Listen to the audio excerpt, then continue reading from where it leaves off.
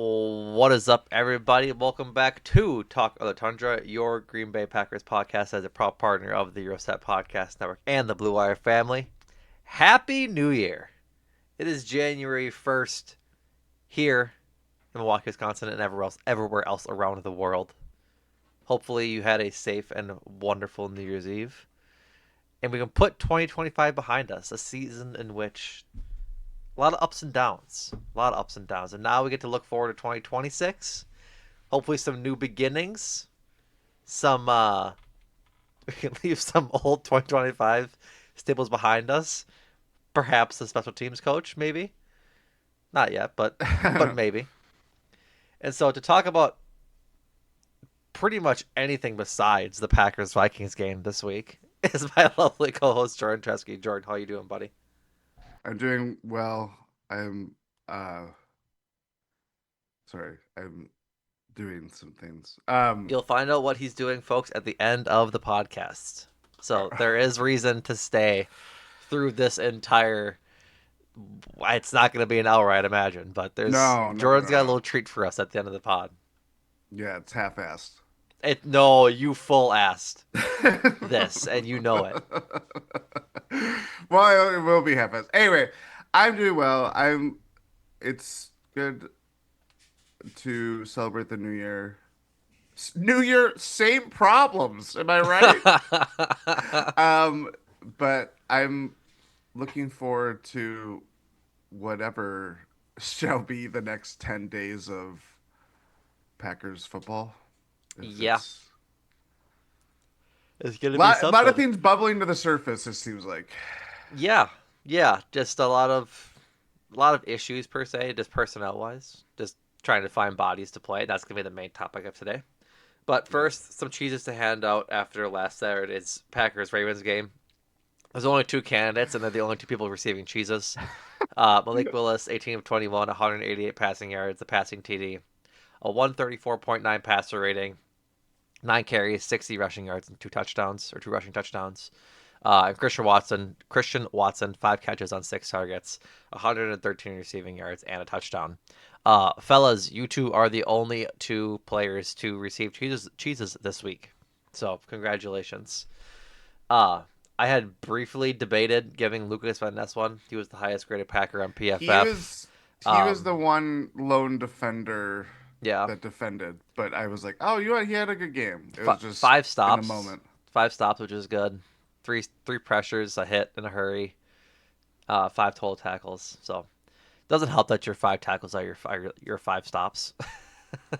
Yeah, I mean, Derrick Henry wasn't scoring touchdowns on every carry, so someone had to stop him, I guess. But Yeah, pretty much.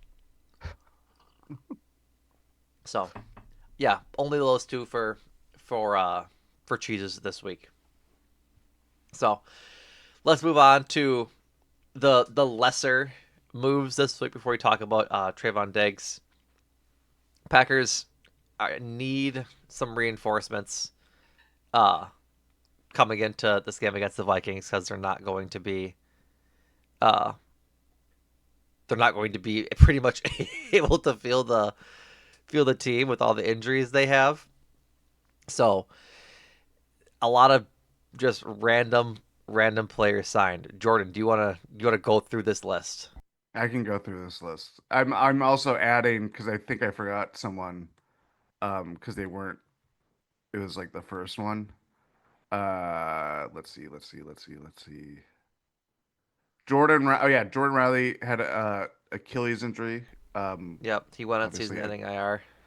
went on season NDNR, and then Packers re-signed their 2022 seventh round draft pick Jonathan Ford off of the Bears practice squad. Mm-hmm. Packers claimed cornerback Trayvon Diggs after he was released by the Cowboys on Monday. Packers signed Clayton Tune and Jonathan Baldwin, a safety from their practice squad. Packers To signed to for their active roster. yes to their active roster. Yes, let me just put that down. Um, Adding to their practice squad, the Packers signed QB Desmond Ritter, Former Falcon, former Cardinal, former and former Viking. Viking. Guard Carson Barnhart, um, Barson Carhart. That's how my brain reads that. and cornerback Tyron Herring to the practice squad. Nate Hobbs, who was seen returning kicks on Saturday night before getting hurt, and Zane Anderson, who was effectively hurt on the opening play of the game, were placed on IR, effectively ending both of their seasons. Yeah, the Nate Hobbs one isn't a great ending to his Green Bay first year in Green Bay. Like hurt throughout training camp, throughout most of the season, and now ends the season when they Might need. be his only. I don't know about that. We'll pull up old Spolcheck here to check that, but um, it's We'll see. it's not good. Like No. that we harped on it all season long that their weakest spot on defense was the secondary, and it was the place they had the like littlest depth, like the shallowest depth essentially. And Yeah. so um to go 17 weeks and be mostly healthy at the position outside of Nate Hobbs, like Keyshawn and Carrington didn't get hurt all year. Javon Bullard and Nate Hobbs kind of traded injuries, being out and off the injury report. But this like, and then Kamal Hayden gets hurt, and he's I think got put on IR. Like that was Yeah, that's another one. Yep. just a really bad week 17 for depth for the secondary. And for Nate Hobbs, it like I mean Jordan, you could be right. They have a potential out after this year with $12 million in dead cap if they cut him. So it's not the worst, but if you're cutting Rashawn Gary and a bunch of other players, like this is probably a discussion for the offseason, but I there's a lot of dead cap coming. Like if they're trying to move on from some Yes. players that are expensive between Rashawn, Elton, and now Nate Hobbs, or even Aaron Banks. Like there's a lot of dead cap out there, and so we'll talk about that after the season ends. But yeah, the secondary decimated by injuries gets a couple of guys that are probably going to be activated for Sunday's game against the Vikings and be depth just so that they don't have to play Keyshawn, don't have to play Carrington or guys like that. And so it'll be interesting to say the least. Like we could feasibly see Desmond Ritter snaps on Sunday, which would be terrible. Like I don't think Malik Willis or Jordan Love play at all. I mean, Malik Willis, we'll get in the injury report, but Malik Willis wasn't even practicing Wednesday. Yeah, So, like, ugh. yeah. If I had told you Desmond Ritter would be possibly having snaps at some point this year, and you're like, oh, it'll be a meaningless game. We're like, it's meaningless, all right, but not the way not in that the you way we want it to be. anticipated. It's just like, You, and you even like you'd the, wonder why Malik Willis got hurt. yeah, it's also like, or they traded him because the Bengals needed a cornerback, and Would really love that second round pick right now. As much as I like enjoy the wins, I would really love that second round pick right now. I mean, they'll get something high though. Anyway, I it is just funny to read the quotes of like LaFleur said something about like, well, he's familiar with um Arthur Smith's system in Atlanta, and he played under KOC, so there's like he knows what we're talking about, and I'm just like, just because he knows what you're talking about doesn't mean he knows how to play well. Right. Yeah. Like I remember watching Desmond Ritter. He's not good. No, He's not good at all. There's a reason Atlanta moved on from him and drafted Michael Penix. There's a reason he's bounced around the league. He's what like his they drafted fourth Michael year. Penix and signed Kirk Cousins to reinforce how bad Desmond Ritter is. Correct. And the Packers lost to Desmond Ritter. Remember that? Fucking, oh God. So, That's right. That's right. Yeah, it's week 2, 2023 season. yeah, What an awful game they should game. have won. That was also the game that Elton Jenkins got hurt because AJ AJ Dillon Dillon ran ran into right him. into him. Yep. Yep, yep, yep. Alrighty, let's talk about the bell of the ball in these moves. Let's talk about Trayvon Diggs. A polarizing player for sure. Uh, had a really, really good 2022 or 2021 when he, I think, broke the pick six record for number of pick sixes in a season, if I'm remembering that correctly. I would imagine so. Um, but he ends up having 11 interceptions in 2021 and signs the very large deal with the Cowboys shortly thereafter. Since then, he hasn't played a lot. So in 2022, he played 1,200 snaps. Since then, he's only played 1,100. He's been very injured these last 3 years. He's 6'2", 28 years old, or 20, yeah, 28 years old right now. And so still young, still has juice left, you'd hope, but the stats just haven't been there. Um, he had, like I said, 11 interceptions in 2021. He's had 6 cents, including in the most games the most like snaps he played in 2024, his last 3 years. He only had 2 interceptions. He had 3 in 2022. Yeah, Um, some stats for you. This is from Jason Hirschhorn. This season, 22 targets, 17 completions allowed, 270 yards, and 4 touchdowns. Those are a bit misleading, whereas they have he's only played in I think 6 games this year. Let me double check. One, two, three, 7 games. Um, he battled a foot injury, I believe. Let me check that article. that sounds right. A knee injury, but he missed 8 games on injured reserve with a concussion. A concussion which he would later reveal he sustained at an at-home incident when a TV That's mount pole fell on his head. Not great, Bob. Don't love to hear that. So, but like I said, the play for Stefon Diggs. Oh no, I was wrong. He only had 2 pick sixes in 2021. My apologies. Um, I thought he was inching on some record, but maybe I'm just I think misremembering. you're Duran Bland. That yep. Yeah, Another Cowboys QB or CB. Here's where I land on Trevon Diggs. His like coverage is about on par with Keyshawn and Carrington. Like I forget where I saw the stat.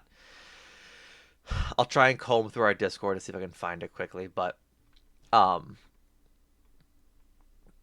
if he can be as effective as Keyshawn and Carrington, but force a couple of good turnovers, like in meaningful turnovers when they need to force a turnover, then I don't see the problem in taking a swing on it. He's due 500,000 the rest of the year, plus whatever his playoff salary would be. By all means, small potatoes when it comes to NFL salary cap. But if there's one thing that Keyshawn and Carrington don't do well, it's force turnovers. And yeah. so, like, if guys are gonna get burnt regardless, like if it's Keyshawn getting burnt, if it's Carrington not being able to tackle outside, then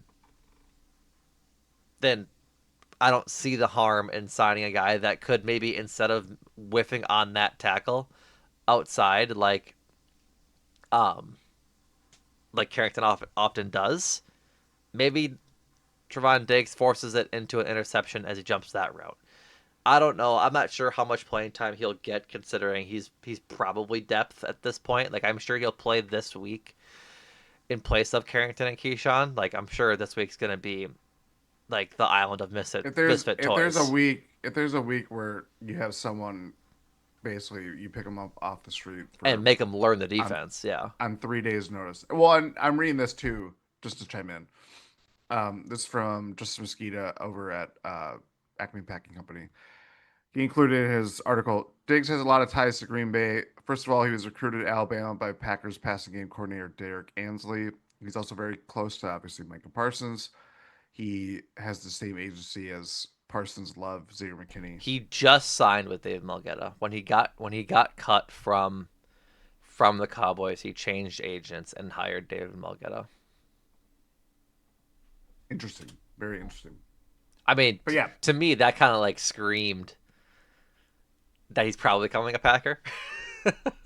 yeah, I mean, if there's any kind of team that has that many high profile clients. Yeah, Right. I mean, not to make it Green Bay is Mulgeta County, but yeah, I mean, but yeah, I think again, it's this is ideal circumstances for a guy that hasn't played in a while, hasn't really bought in to what the Cowboys are doing because of how just like topsy turvy their season was. Like, you know, Hmm. I totally get it. So But I yeah, fo- you can do. I found the stat I was looking for. This is from Justice Mosqueda, um, as well. For what it's worth, um, this is apropos of nothing. But if you guys haven't read his article on Rashawn Gary and how bad he's been this season, go read it. It's it's abysmal.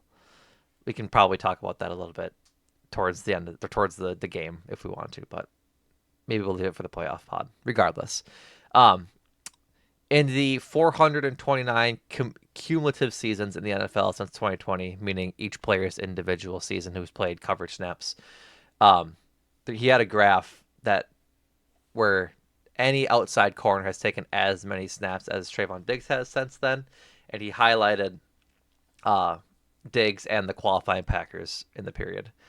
Um,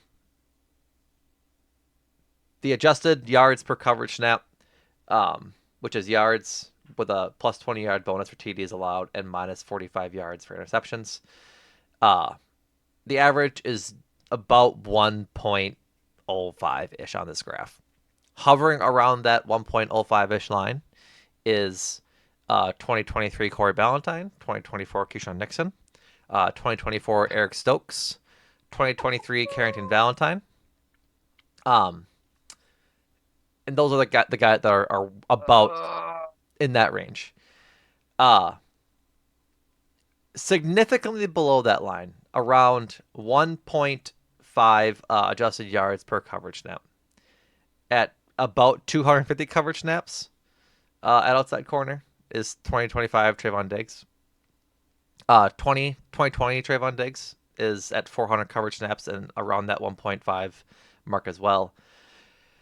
A little bit more than 400 coverage snaps is Carrington Valentine at that mark, and then at 550 coverage snaps at about 1.4 adjusted yards per coverage snap is 2025 Keyshawn Nixon. So to reiterate, both of the Packers' corners in this scenario are significantly below the NFL average. And Trayvon Oh. Diggs this year is also below that average, again, having only played 7 games. Um, for what it's worth, 2021 Trayvon Diggs very high on this graph. Like he's had played a lot of outside corner that year, and he's significant. Him in 21 and 22, he had really good seasons above that NFL average. So it's it's a swing that I don't mind them taking. They need a difference maker to turn the ball over on plays where they should be generating turnovers. And at this point, like Trayvon Diggs just might be the answer for them. I'm not sure if he gets snaps in the playoffs against either the Bears or the Eagles, but I mean, if he can be even a little effective, if he can force a turnover in a game, like I don't see how this just isn't a net positive for the Packers. Yeah, I mean, we earlier in the season we saw them go after Asante Samuel, a guy who essentially was on the sidelines in free agency out there, you know, post neck surgery. Excuse me. Um, and it obviously signaled some level of like we're not thrilled with our secondary room, Mm-hmm. and we'll chase Flyers if need be. When I feel like this is kind of similar to like when an NBA team gears up for the playoffs and buyout season comes. Like it's just more kind of condensed compared to that. Like the Bucks signing like Daniil Gallinari or Marvin Williams or whatever. But you know, obviously Teron Diggs was just released this week, and the Packers making the claim, the only team to make a claim for him too. Yeah, in Which part obviously because he's due $15 million because it's next year. yeah. Um, I don't know. It's interesting. Like I 2021 is a long time ago. Like no one Oh, is. it's an He's a eon ago. name. Yeah, truly. I mean, that's when the Packers last won their division. Roswell Uh, Douglas was part of the team. Jair was effective. Eric Stokes was effective. Like mhm. it's a long time ago. Long time ago. And cornerbacks are just insanely fickle. Like everything, it They also fall off fluctuates a cliff extremely fast. exactly. So like, who would have been the undisputed cornerback of that time? Probably Jalen Ramsey. I think that was the year that he got traded to Los Angeles and they won the Super Bowl. And now he's been traded twice since then. Right. Still effective, but Uh, been traded twice. Still effective, but not like, you know, Not the all pro Deion Sanders defensive or defensive player of the year that he was. yeah. I just can't. I don't have high expectations in part because of we know that it's one person's not going to save what is going on with the just the Packers kind of malaise defensively because Right. Rashawn Gary, or Yeah. just the overall lack of a pass rush. But like having someone just come into the building at their thinnest position, where it's clearly not working out, despite what Keyshawn Nixon says after every game about being CB1. It's like another body, and if it works out, great. But does it change what I feel like is coming for this Packer season? Probably not. No, it doesn't change how I feel the outcome is going to be. Like I want them to get hot on offense and run their way to the Super Bowl. Of course I do. Like I think that's a possibility. Like if the offense gets hot, like they're mostly healthy on offense come playoff time. Like Jordan Love should be fine, like recovered from his concussion. They'll have their primary wide receivers out there. Obviously Tucker Kraft isn't out there, but Zach Tom should be back. At the most of the line should be healthy, right? Like there is a lane for this Packers team to get hot on offense, score 40 points a game, and make a run to the Super Bowl. Is it probable? Not entirely. Like probably not. But that reality does exist. They just need Yeah. the defense to be able to get a couple stops here and there. And so, like you said, Jordan, does it ultimately change my expectations for this off season? Not really. But do I expect the world from Trayvon Diggs? Of course not. It's so funny talking about because it's like I don't expect pretty much anything from it at all, Yeah. but I could see how he could help. Like I think that with Nate Hobbs' injury, Javon Bullard probably goes to nickel and becomes the primary slot corner, and then they start Xavier McKinney and Evan Williams out at safety. And for rotations, do you keep Keyshawn outside? Like I'd imagine you'd certainly have to, otherwise you're really gonna piss off Keyshawn if you move him inside. You know what I mean? But like, if they put Keyshawn at slot to go against the relatively smaller wide receivers in the NFL, like either Devonta Smith or Luther Burden or whomever he's gonna have to face. Um, but then you throw the taller Trayvon Diggs outside. I think Trayvon Diggs is 6'2", if I'm not mistaken. Yeah, he's a much bigger cornerback than the Packers have in the building. Yeah, and so like that's Probably, I can't. I Who is think. the other? Go ahead. Is Razul like the biggest corner that they've had? I think so. I think Razul is also 6'2", but like that's the thing is that AJ Brown, yeah, he's Trayvon Diggs is 6'2", 195. And so, but like if you're asking him to go against um, AJ Brown, like he can match up height wise with him. Like can he keep up speed wise? I'm not entirely sure. Like is he gonna get cooked by him? Maybe. He's hasn't Probably. played a lot, but Yeah.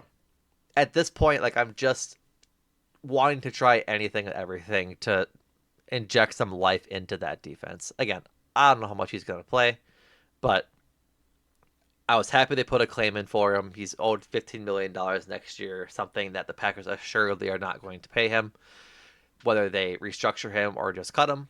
I don't. He's not guaranteed anything next year, so who knows?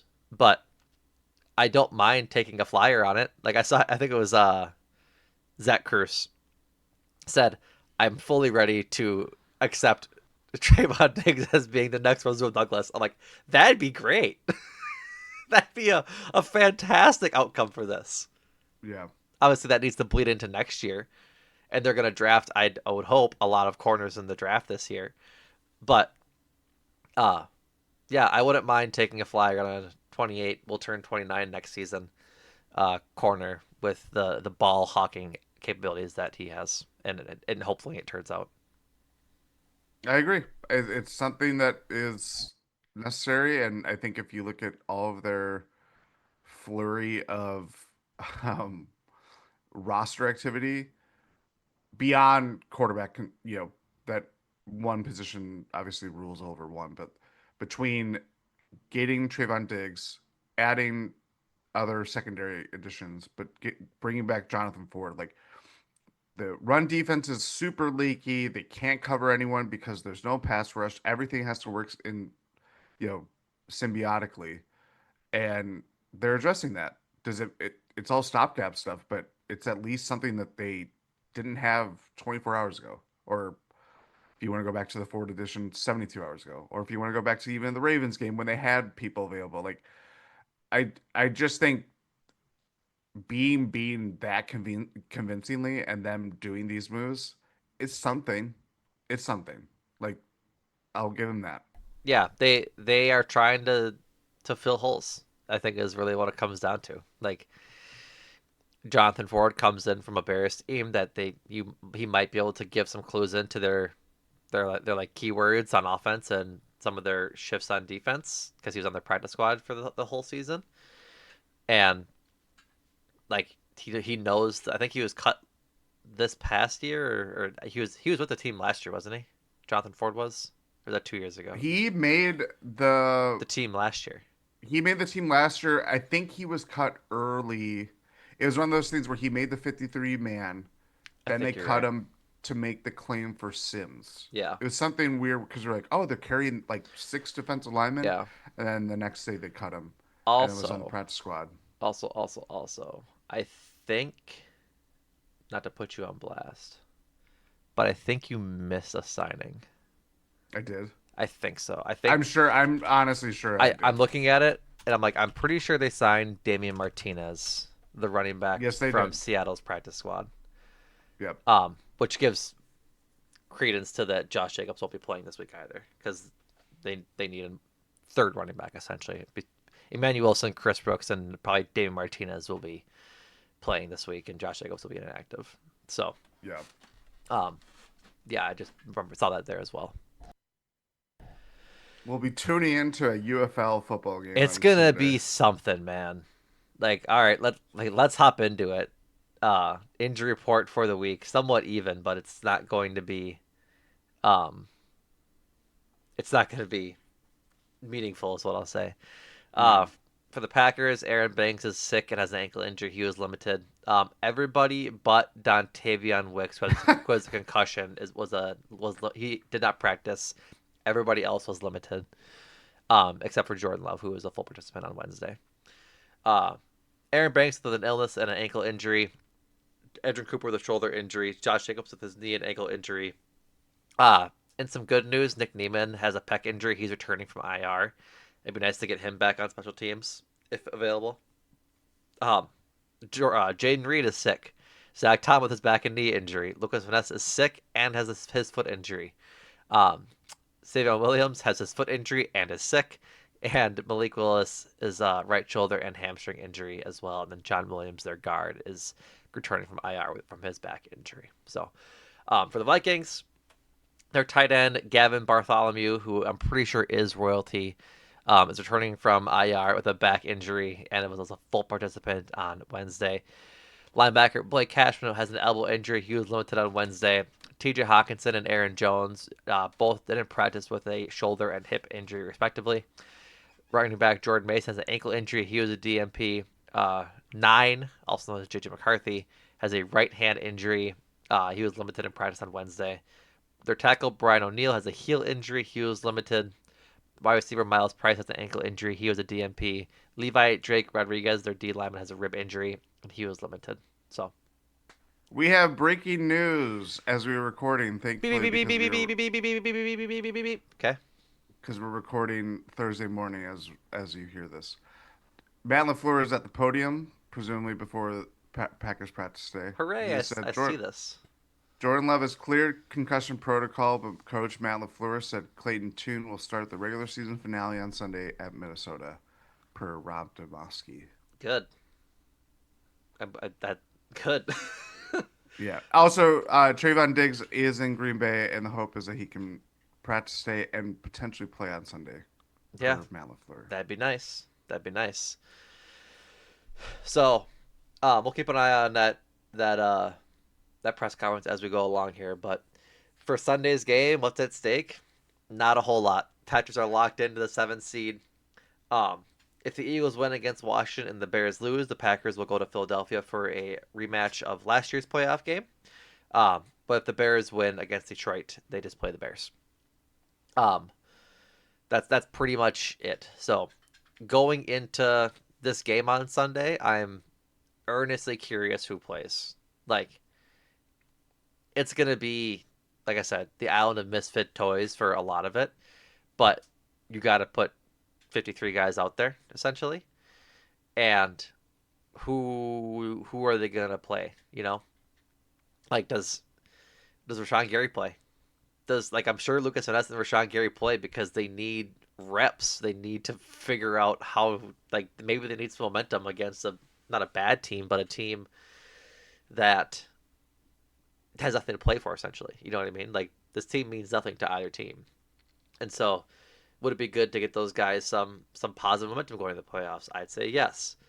Um, Clayton Tune, like we said, just starting.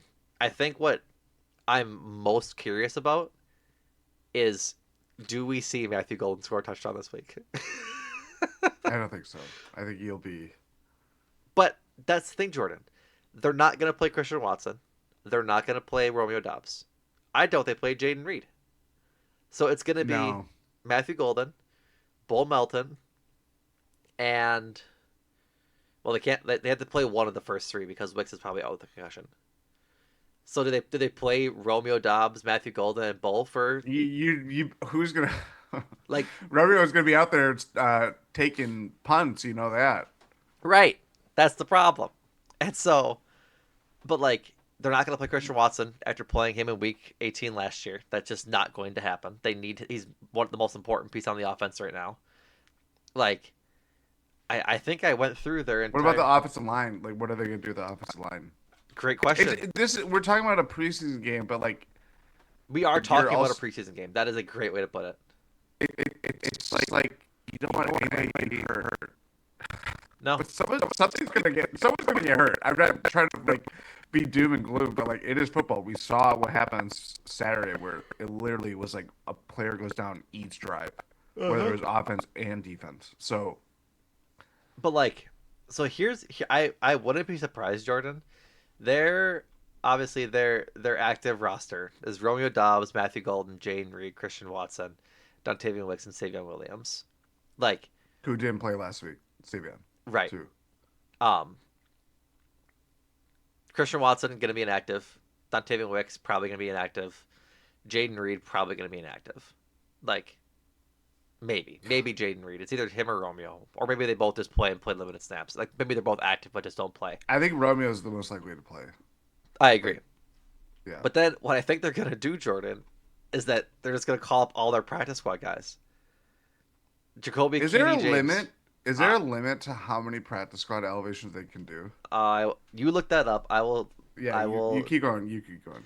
They have Jacoby Keeney James, a rookie from Massachusetts, on their practice squad, 6'1", 195. They have Isaiah Nair, another rookie from Nebraska, uh, 6'4", 218, and Will Shepard, who could probably get snaps. He played well in the preseason. 23 years old, 196 pounds, and a 6'3".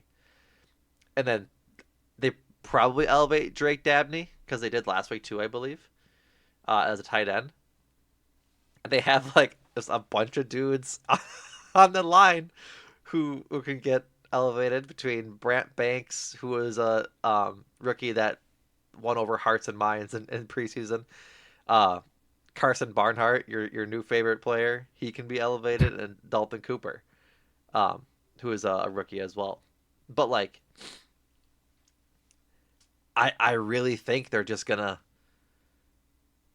call up. They can only elevate two. I forgot. It was Ugh. very simple.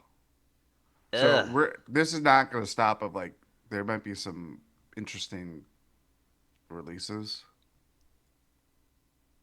What do you mean? in terms of, or like what the continuing roster churn to Oh bring up yeah, people. yeah. Because I mean, essentially, they had like how many people go on IR, you know, over the last many Well, they signed a days. bunch of those guys to the active roster. Like Clayton Yeah, Tune's on the active roster now and such like that. Like they signed a couple guys, but Shamar Bartholomew, we did talk about him. They signed him to the active roster. He was a Panther, I believe. He's not off the Panthers practice squad.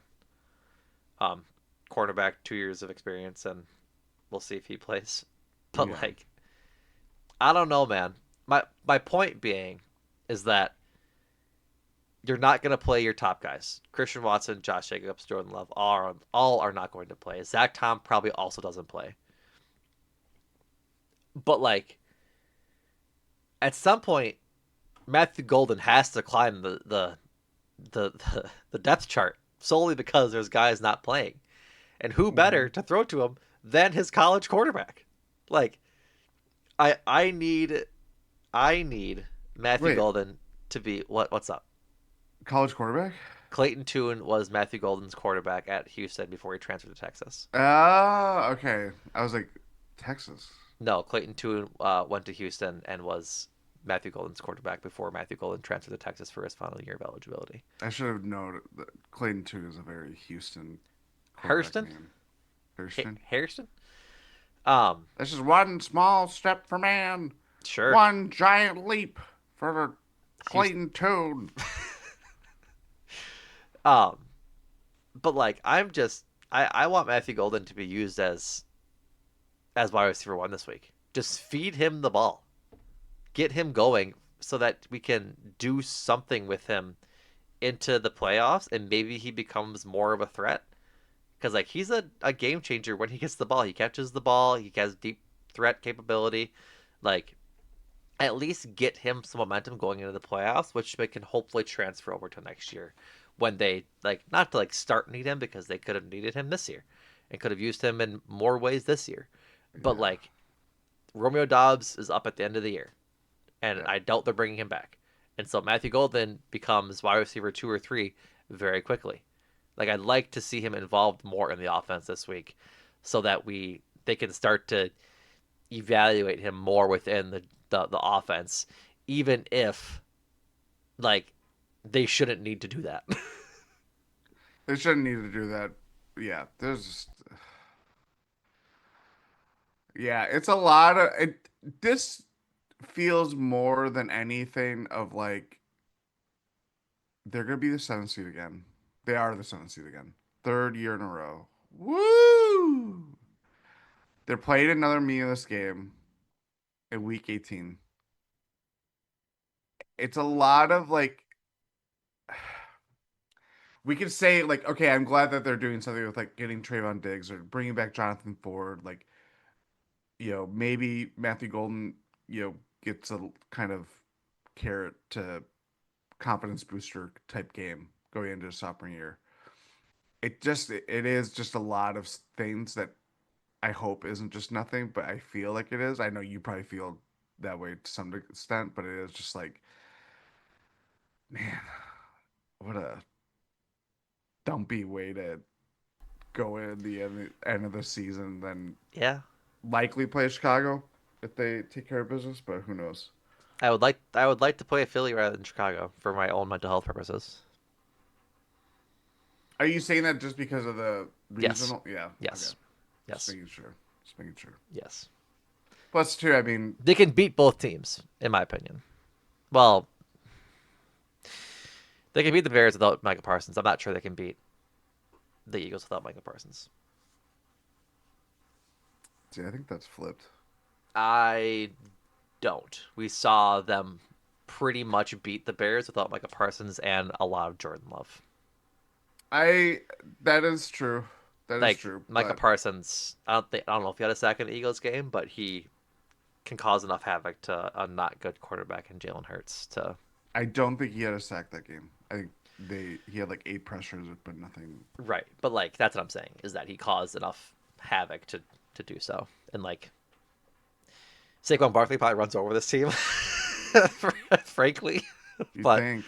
I don't know, man. We'll talk about that next week when we figure out who we're facing. But Yeah. um, this is apropos of nothing. This is not on topic whatsoever. But I just saw a post on Twitter of the playoff standings if every one score game had the opposite result. Um, Still leading the NFC is the LA Rams. The Lions are 11-5. Mm. The Giants are 9-7, winning their division. Oh my God. The Giants are 9-7, winning their own division. Wow. The Buccaneers at 8-8 win their division. Packers are the 5 seed at 10-5-1. Um, Seahawks are the 6 seed, and the Cardinals are the 7 seed at 9-7. The Bears are 7-9, and the Eagles are 6-10. The last two are The Panthers are surprising. 3-13, by the way. Well, I mean, come on. Bryce Young is insane. He threw for 54. They lost last week, and that's why the NFC South is up for grabs. But it's like I'd never seen a quarterback do so little in games that they win, and Yeah. it's like, The the AFC leading Broncos are 4-12. Yeah, yeah, that yeah, makes sense. I mean, that Giants game alone, but they've yeah. had a lot of.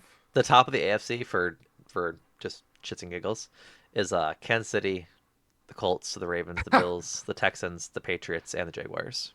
There So you go. every team except for the Chiefs is the same. I think you only slot in the Broncos and say place the Chiefs. That's wild. Yeah, But excuse me, the Ravens or the Steelers. The Steelers are 6-10, The but Chiefs don't have that closing mentality anymore. no, no, of course not. Wow. What have you done for me lately? What have we done from lately? So sorry for that little tangent, but I saw that and I was like, at least the Packers are still a playoff team when they don't win close games, which is hilarious because like all the close they lose all the close games.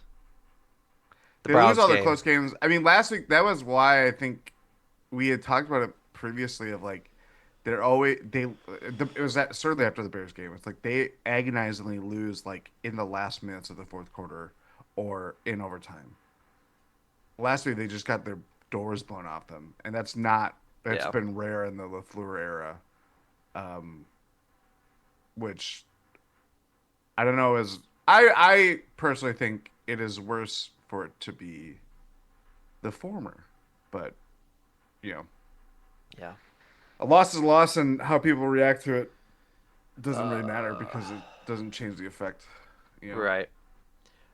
Before we head out, I want to talk about Rashawn Gary, but I need to find Justice Mosqueda's. I have it up. You have it up.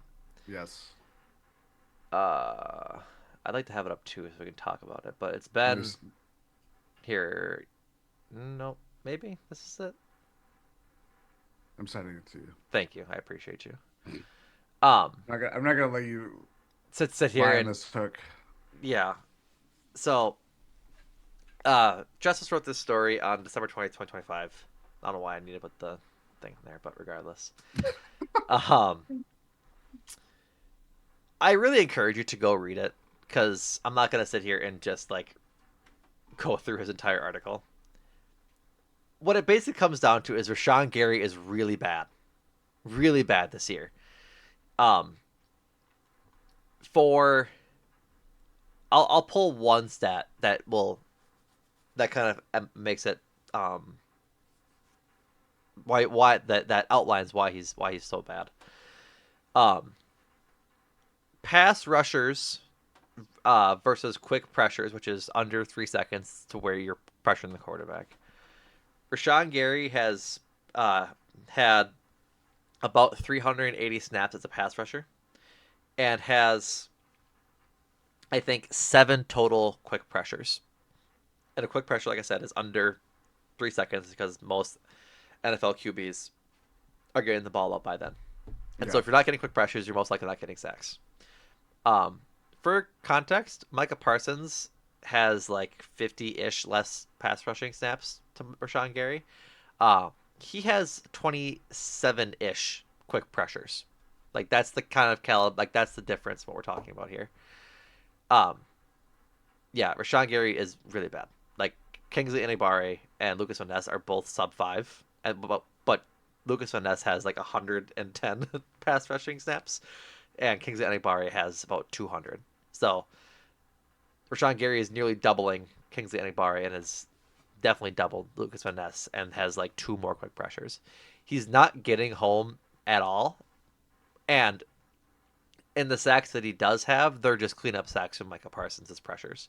Yeah. And so go read his story on Acme Packing Company. Like it's worse than you think, and it's like that's the title of his headline. There are 2 players worse than him since 2021, I think, at this efficiency. 2018. 2018 at this efficiency. It's really bad. So going One of in, which is Cam Jordan yeah, in one of which 2022. one of which is like old Cam Jordan, Yeah. Who's still playing. right? And so what this means for the defense, I don't know, man. Like, do you even trot him out in the playoffs, or do you just roll with Lucas Van Ness and Kingsley Enagbare? Like, I really don't know, because he got benched against Baltimore. He got fewer snaps than Lucas Van Ness and Kingsley Enagbare, and so it's hard, man. Like, I think he's played his last snap at Lambeau, but they still need bodies. Like Brenton Cox Jr., if they can put him in instead of Rashawn, at least he could provide some juice. Maybe. I don't know. Like, you guys know my opinion on Brenton Cox Jr. and being a fan of his, but to expect the same of him as Rashawn Gary is shouldn't be as a crazy statement as I think it is, but like, by golly, he can't be worse. Right? Right. I mean, this is the Moneyball approach of what they're going to have to do with Edge because Micah is going to make so much money. But Right. it's the difference between Rashawn Gary and Jair Alexander, like the post extension, is that Rashawn Gary has been on the field and we're seeing how much of a blight he is. Like Yeah. to the to your point, like all this is probably the best case of like stats, whether it's raw stats of like he had 1 tackle last week or whatever it was. I don't know however many snaps, or like what Justice Mosquito is doing in terms of just like looking at how he compares to other edge rushers over this length of time. And even just like the quick pressure thing, it's like anytime you see Rashawn Gary like becoming close to impacting the quarterback or like getting after him, it's always when Caleb Williams or someone is rolling out and he's like, I'm close to being there. It's like 5 seconds of clock being burned in a play. It's like he just doesn't. Maybe it's post ACL, but even then, like there were glimpses of it to start, and maybe that's because he's on pitch counts and he Maybe. could. But But he's like a very he. It feels like someone that is a closer, and they're trying to stretch him out into like starting pitching innings, and it's like you're just kind of eating innings. You're not doing anything of value. he's not a Chad innings eater, that's for sure. He's not a Chad innings either. No, no, no. Rashawn Gary in pursuit might be the slowest player in the NFL. Like, Yeah. he cannot chase down anybody. So yeah, And this is the thing at college. Like this is what his whole thing was based on theory, and he was. I there was a point in time where he was shedding that. yeah. Go back to the. Before he tore his We don't ACL. want to. We don't want to think about the 49ers playoff loss in 21 where they hosted them 13-10 and the special teams debacle, but one of the biggest stars in that game was Rashawn Gary. That's why that game was so close, agonizingly close. But again, like I said with Trayvon Diggs, 2021 is a long time ago. It's a very long time ago. It's an ACL injury, and almost and now 4 years ago, 5 years ago from that game, right? No, Four, four. four, Yeah, four. but still. 2021 season. Um, so more from Matt LaFleur. Colin Oliver is making his NFL debut on Sunday. Mm-mm. I Little Micah. Lil Micah. I just saw a tweet below that tweet that is making me react the way I am. What is it? Bill Huber. Not sure if he asked the question or if somebody else did. How many snaps can Bull Melton handle? Matt LaFleur, quote, "We're about to find out." Jesus. Jesus. Jesus. The doomsday clock just moved like a Just little. moved a second. So, Colin Oliver making his debut will be fun. Um, like hopefully he can show something. Like if they need something, like Colin Oliver showing some juice would be incredible. Like for D line depth, it'd be really good. It'd be really good if he showed some depth and showed some ability to make plays. Like that's a lot to ask of a guy, and I'm not asking him it, but like it's a lot to expect him to come in and make an immediate impact in his NFL debut. But make a play or two. Let's see what you can do, pal. Yeah, that's the name of the game this week, and we'll see who. Who knows? I mean, I'd be curious to see if it. I don't think it'll impact like who goes on to play whoever they're playing in the wild card weekend, but there are some guys that might be on the fringe that will be relied upon in not just special team snaps. Right. Also, from Tom Silverstein, don't be surprised if the Packers' top two QBs on Sunday are Clayton Tune and Desmond Ritter. Coach Matt LaFleur and said Jordan Love is cleared from the concussion protocol, but he's not going to start. He could be an emergency backup, but LaFleur didn't rule out using Ritter. I just realized what this is. This What? is the QB2 audition. They're gonna do Clayton Tune for a half and Mm, Desmond Ritter for a half, and they're gonna get some tape on both within the system mm. for if they want to bring either back for camp next year to compete for the second quarterback spot, because Malik Willis is obviously probably getting a large bag from somebody not going to be back in Green Bay. You know, that's not a bad shout, but that's interesting. Yeah. So, uh, we didn't talk much about the game because there's not much to talk about. But No. players to watch, Jordan. Oh yeah, I forgot about that. I didn't put that in there. Um, I'll go first. yeah, you go Justin first. Justin Jefferson is like 50 yards away from his sixth consecutive 1,000-yard season. So, Whee! Max Brosmer, you better feed that man the rock on Sunday, because that man deserves 1,000-yard season, even Yeah. if it's annoying that he would get it against the Packers. Like, it doesn't matter. So, get that man 50 yards and plop his butt right on the bench.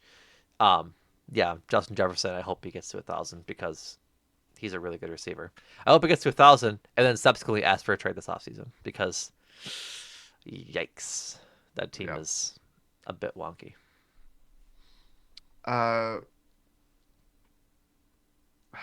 I can't even think of a Viking that Pick a Viking, any Viking. pick a Viking, any Viking. I'll go Andrew Van Ginkel. All right. He might be a problem for Clayton Tune to. Always a problem. He might Van Gink around on Clayton Tune. I hate that. I Van hated Gink? I hated every second of that sentence. I want you to Well, know that. that was Sunday afternoon, unfortunately. Um, but he's just I don't know. Anytime I watch the Vikings play, he's always making plays. He's a Yeah. terror. Also very good at like the kind of the defensive line like put your hand up and bat the ball, but he somehow gets interceptions and then just skulls his way towards the end zone or Yeah. down the field at least. Games in Minnesota, if you didn't know. It is. Not you specifically, but like in general. Should I pick a Packer? Yes. Pick a Packer, any Packer? Pick a Packer, any Packer. Um, I'll let you. I feel like I know who you're gonna pick, so I'll pick.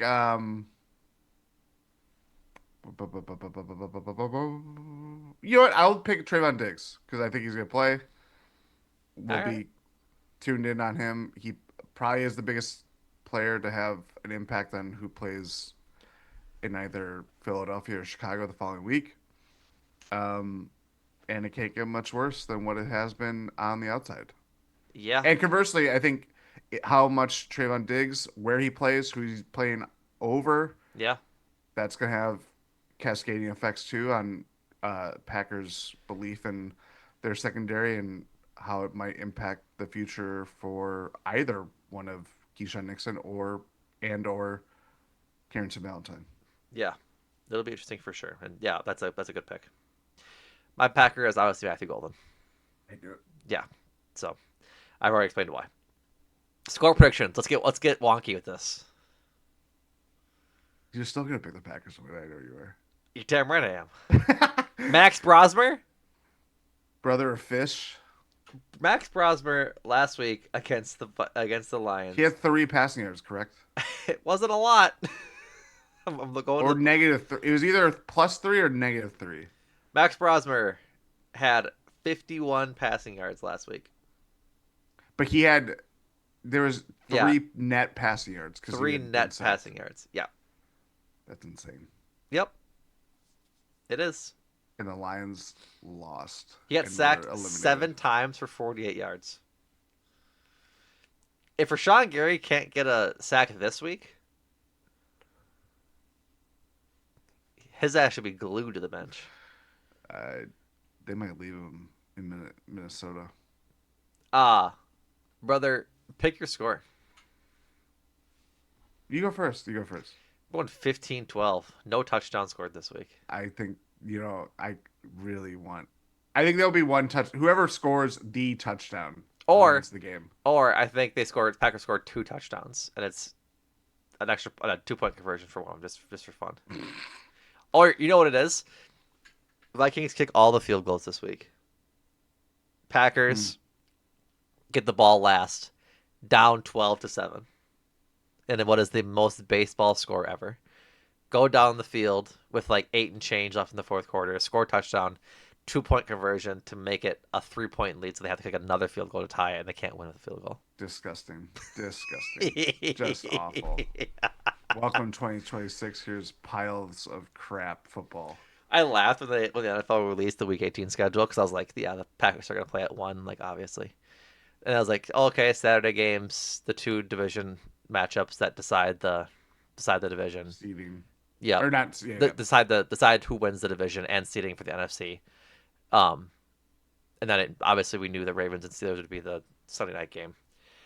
But then the first game they listed for the noon slot was Packers Vikings, and I know it's not intentional. Like they probably just like there's probably no rhyme or reason to like the ordering of them, but I was like, yeah, that deserves the one uh the one slot at noon.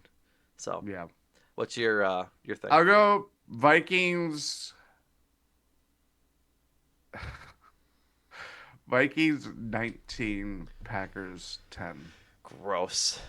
So, all right, folks, that does it for the Packers portion of this pod. As we wind down 2025 and begin 2026, Jordan has a special little tune for you folks, a Clayton tune, some might say. Some might say. So Jordan, take it away. Well, for some reason, reflecting on the year, um, I was thinking of like looking back on the year that was in Wisconsin sports, and there were some very fun things, there were some strange things, and there were some rotten things. And then I started writing a parody song in the form of "We Didn't Start the Fire" with Wisconsin sports things. And I spent too much time doing this, and I don't even know if this is gonna work. I did some like go into the syllables of everything, but we'll see. How many times did you listen to Billy Joel's classic? I listened to it probably 100 times as is, and then I listened to a karaoke version to get the words out. Yeah, yeah, yeah, yeah, yeah.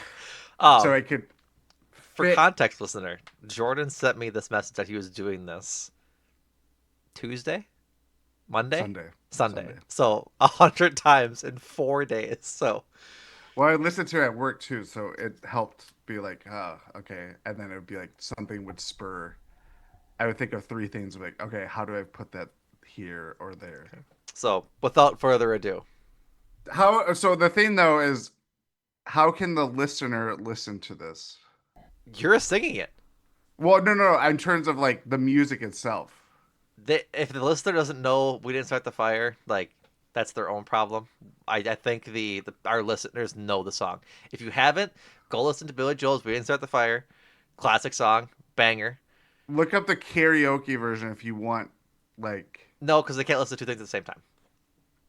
But well, what? No, what I'm saying is you listen to the karaoke version, and then you could hear me line up to the karaoke because there'll be absence of right, Billy Joel's but voice. you're going to be singing it in the key. Like you have to Yeah, sing it like it's all this stuff. So, listener, are you ready, Jordan? I am. I am Without regretfully further ready. ado and explanation, Yeah. Jordan's 2025 year at Wisconsin sports rendition of "We Didn't Start the Fire," Okay, Wisconsin sports ready? edition. I'm firing up the karaoke version. Oh God! So it's starting right now. All right, here we go. Come on. Here we go.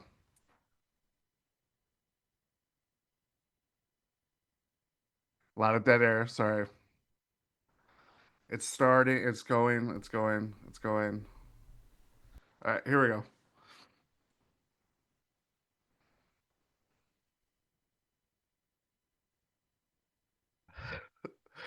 All right, here we go. Here we go.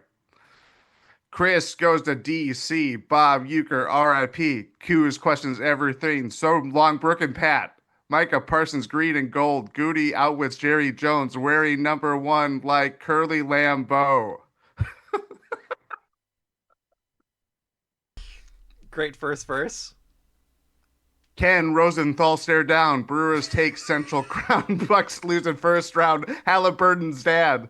Mark Murphy leaves town. Ed policy touchdown. Crew wins 97. French, I screwed that one up. And that's we didn't start the fire. It was always burning since the world's been turning. We didn't start the fire. No, we didn't light it, but we tried to fight it. Cubs Council take the L. Micah Tucker get well. Badgers don't fire Fick L. Green Bay hosts a draft. Golden goes first round. Damian Lillard goes down. Chris Haynes wearing briefs. Pocket pancakes. Pat Murphy. Jordan Love. Toyota Thon. Andrew Vaughn. Judge Webb. Cookie meat. Hamburgers for free. I'm losing. I'm losing steam here. I'm losing steam here.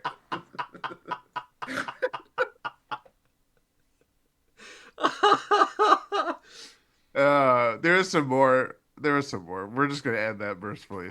But That was amazing. you're That was welcome. amazing. I had to. What were the I rest of the lines? You don't gotta sing them. But what were the rest of Yeah. the Maybe I can lines? do like beat poetry. Beat Um, poetry.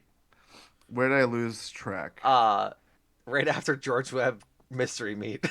Yeah, Or George whatever. Webb cookie meat hamburgers for free. Calling up the Miz. Jump in. Oh yeah, jump in. Jericho Sims. Dodgers sweep. Brewers sweep. Trouble in the bullpen.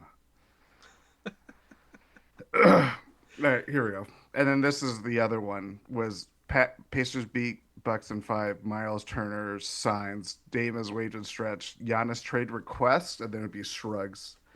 And then ESPN Shams post three. Antetokounmpo, Steve Homer, True wants to trade Jackson Churio. Remember that? I do remember that.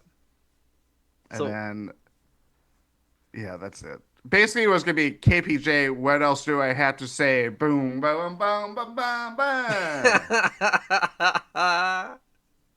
Okay, that's it. wonderful job, Jordan. Wonderful job. So Thank you. we didn't say we'd go an hour. We went longer than that because that's how this works on this episode, in this podcast. We went over an hour. We're at an hour and five. Good lord. So thank you all, folks. We are eternally grateful for you listening throughout the year. Excited for all things to come this year as well. Um, Go subscribe to the YouTube channel. Talk the Tundra on YouTube. Go check out Eurostep with Ty and Rohan as the Bucks continue to have their tumultuous season.